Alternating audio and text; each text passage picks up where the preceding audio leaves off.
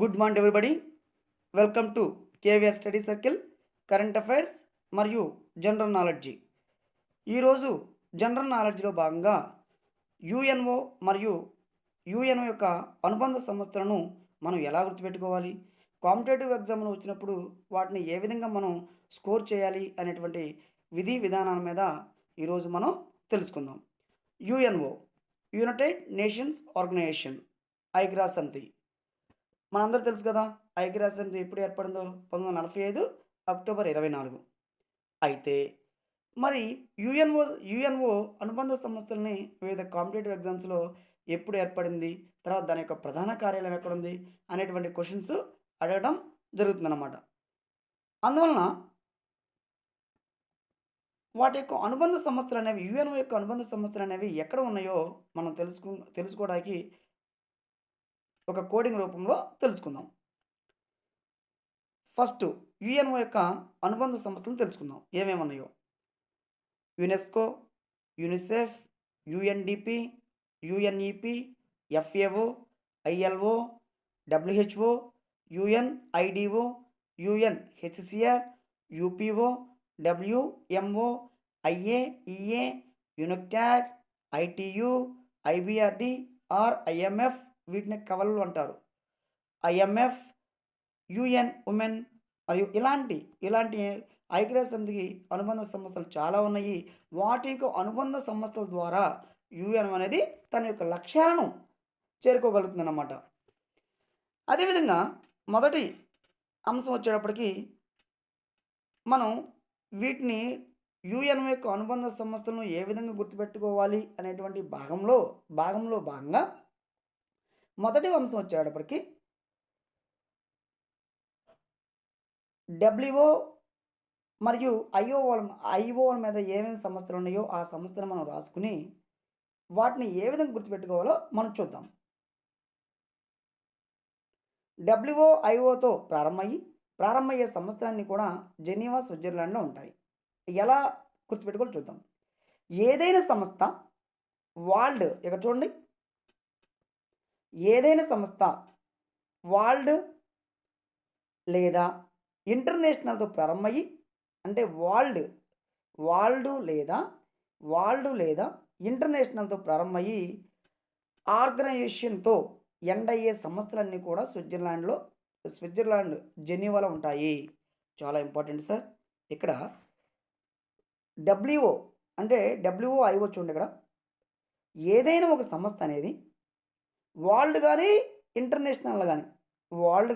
ఇంటర్నేషనల్తో ప్రారంభం అవ్వాలి మరియు ఆర్గనైజేషన్తో ఎండ్ అవ్వాలి.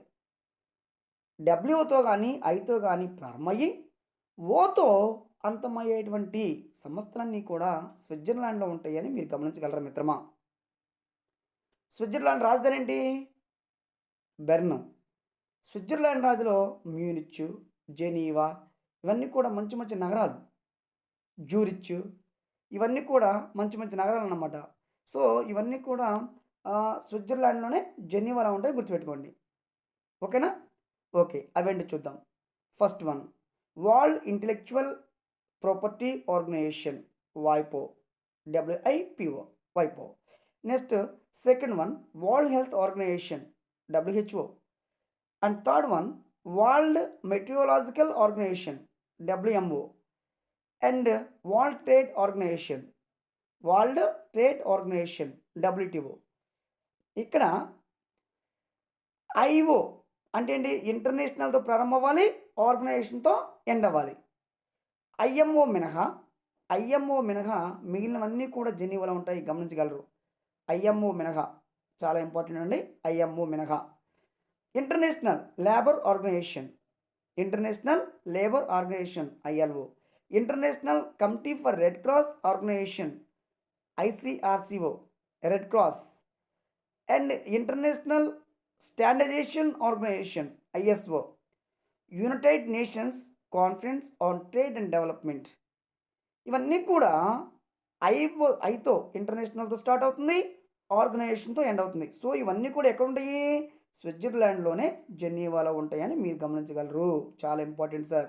ఏంటి ఇది ఎక్కడుంది, నెక్స్ట్ యునెక్టెడ్ ఎక్కడుంది, తర్వాత ఐసీఆర్సీ ఎక్కడుంది, రెడ్ క్రాస్ ఎక్కడుంది, తర్వాత ఐఎస్ఓ ఎక్కడుంది అని వివిధ కాంపిటేటివ్ ఎగ్జామ్లో అడగటం జరుగుతుంది.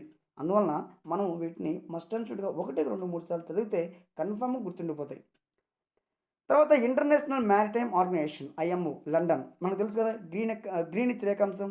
సో గ్రీనిచ్ రేఖాంశం అనేది లండన్ మీదగా పోతుంది కదా. సో అది మనకు తెలుసు కదా, ఆటోమేటిక్గా గుర్తుంటుంది కదా. ఓకేనా. ఇంటర్నేషనల్ మ్యారిటైమ్ అంటే టైం కదా, ఆ టైం అనేది లండన్కి సమీప గ్రీనిచ్ రేఖాంశం అని మనకు తెలుసు కదా. సో అది లండన్ దగ్గర ఉంటుందని మనకు తెలుసు కదా. సో మనం ఆటోమేటిక్గా దీన్ని గుర్తుపెట్టుకోగలుగుతాము. ఓకేనా. ఇంటర్నేషనల్ మ్యారిటైమ్ ఆర్గనైజేషన్ ఐఎంఓ లండన్లో ఉంటుందని ఇంపార్టెంట్ సార్, గుర్తుపెట్టుకోండి. అండ్ రెండవ అంశం వచ్చేటప్పటికి I'm common man in London. I'm common man in London, నేను లండన్లో ఒక సాధారణ మనిషిలాగా జీవిస్తూ ఉంటాను అని గుర్తుపెట్టుకోండి. సో ఇక్కడ I for international maritime organisation IMO London, international maritime organisation చాలా ఇంపార్టెంట్ సార్. మనం ఎందుకంటే ఇక్కడ మ్యారిటైమ్ అనగానే మనకి గ్రీనిచ్ రేఖాంశం గుర్తొస్తుంది. గ్రీనిచ్ రేఖాంశం అంటే లండన్. సో ఆ విధంగా గుర్తుపెట్టుకోండి. తర్వాత ఏఎం ఫర్ ఆమ్నెస్టీ ఇంటర్నేషనల్, చాలా ఇంపార్టెంట్ సార్. దాతృత్వ స్వభావం గల సంస్థ Amnesty International. And third one Commonwealth of Nations, తెలుసు కదా, కామన్వెల్త్ దేశాలు, Commonwealth of Nations. And and Commonwealth Telecommunication Organisation, Commonwealth Telecommunication organisation.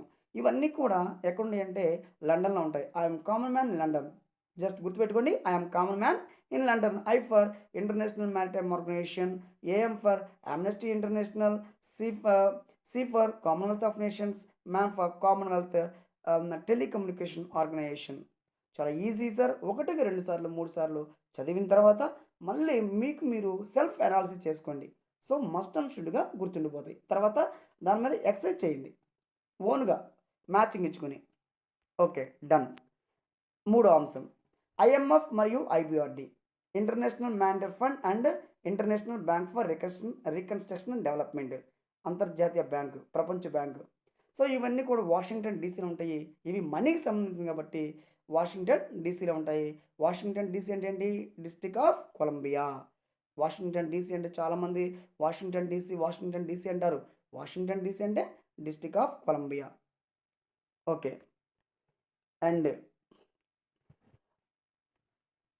నాలుగో అంశం వచ్చేటప్పటికి పరిశ్రమలు, అటమిక్ మరియు పెట్రోలియంకు సంబంధించినటువంటి సంస్థలన్నీ కూడా ఆస్ట్రియా వియన్నాలో ఉంటాయి. పరిశ్రమలు, అటమిక్, పెట్రోలియంకు సంబంధించినటువంటి సంస్థలన్నీ కూడా ఆస్ట్రియా వియన్నాలో ఉంటాయి. సో అటమిక్ ఆస్ట్రియా అని గుర్తుపెట్టుకోండి. అటమిక్ పరిశ్రమలు, పెట్రోలియం, ఇవన్నీ కూడా ఏంటి, 3 కూడా రిలయబుల్, ఒకదానికి ఒకటి సంబంధం ఉన్నటువంటి అంశాలు కాబట్టి మీరు అక్కడ అటమిక్ అనేది ఆస్ట్రియాకి లింకప్ చేసుకోండి. సో లింకప్ చేసుకున్నట్టయితే ఆటోమేటిక్గా మీకు గుర్తుండిపోతుంది. అటమిక్ మరియు పెట్రోలియము, పరిశ్రమలు, ఇవి 3 కూడా ఒకే దానికి సంబంధించినటువంటి అంశాలు కాబట్టి సో ఆ అంశాలను మనం అటమిక్ ఆస్ట్రియా అనేది గుర్తుపెట్టుకోండి.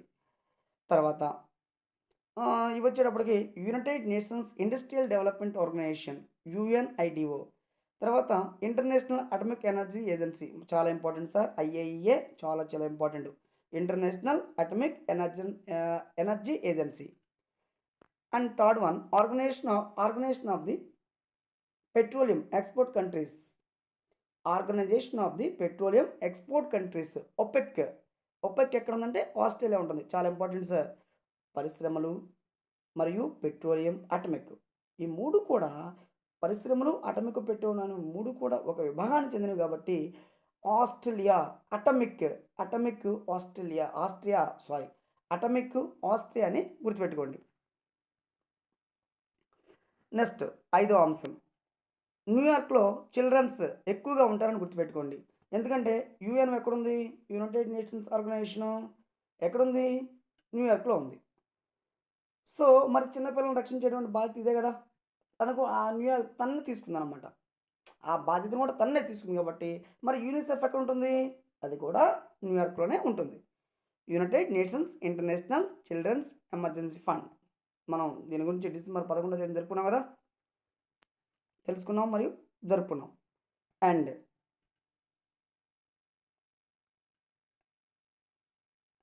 Economic and economics and education. Economics and education వచ్చేటప్పటికి ప్యారిస్ అండి. So Organisation for Economic Cooperation Development OECD వచ్చేటప్పటికి ప్యారిస్లో ఉంటుంది. Next United Nations Education Scientific and Cultural Organisation వచ్చేటప్పటికి యునెస్కో. యునెస్కో యునెస్కో వచ్చేటప్పటికి ప్యారిస్. యునెస్కో ప్యారిస్ అని గుర్తుపెట్టుకోండి. UNESCO Paris. UNESCO Paris. And తర్వాత ADB Asian Development Bank. ADB Asian Development Bank Manila AM అని గుర్తుపెట్టుకోండి. ఓకేనా, ఏఎం అని గుర్తుపెట్టుకోండి. Asian Development Bank Manila ఏడిబిఎం. Next తర్వాత Asian association of south east Asian nations Jakarta Indonesia. Jakarta Indonesia. అదేవిధంగా చాలా important FAO food and agriculture organisation. Food and agriculture organisation Rome. మరి దీన్ని ఎలా గుర్తుపెట్టుకుందాం? రోమ్ ఇది దేనికి సంబంధించింది? ఫుడ్ ఆహారం. రోమ్ ఆహారం రోము. FAO 5 1945 October 16. నెక్స్ట్ ఆహారం రోమ్. అంతే, easy. Next international court of justice the Hague Netherland. చాలా ఇంపార్టెంట్, అది మనకు ఆల్రెడీ నోటెడ్ అయిపోయింది కాబట్టి. SAARC Kathmandu 1985 start. చాలా ఇంపార్టెంట్ సార్. సార్క్ కాట్మాండు చాలాసార్లు మనం కన్ఫ్యూజ్ పడతాం.